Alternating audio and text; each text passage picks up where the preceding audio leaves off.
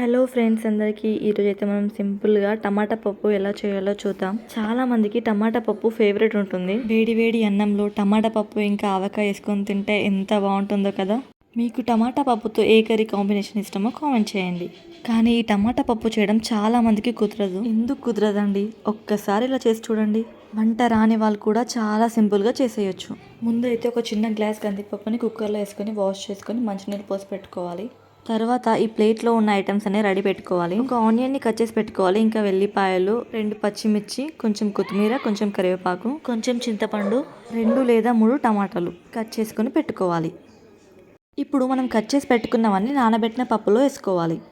ఇప్పుడు ఇందులోనే మన టేస్ట్కి తగినంత సాల్ట్ అండ్ కొంచెం పసుపు ఇంకా కారం వేసుకొని మంచిగా కలుపుకొని కుక్కర్ మూత పెట్టి విజిల్ పెట్టుకోవాలి.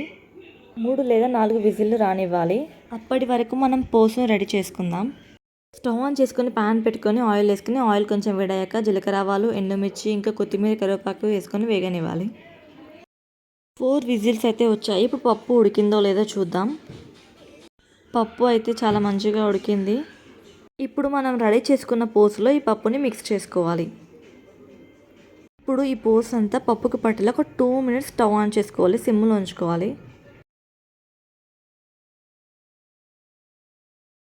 అంతే అండి, ఇంకా వేడి వేడి టమాటా పప్పు రెడీ అయిపోయింది.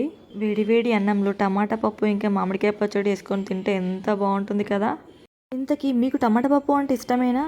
మీరు ఈ టమాటా పప్పుని ఇంకెలా చేస్తారు? ఇంకా ఏదైనా డిఫరెంట్ చేస్తే నాకు కూడా చెప్పండి, నేను కూడా నేర్చుకుంటాను.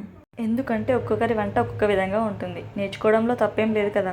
మీకు ఈ వీడియో నచ్చినట్టయితే లైక్ చేయండి, షేర్ చేయండి, కామెంట్ చేయండి అండ్ సబ్స్క్రైబ్ చేసుకోండి.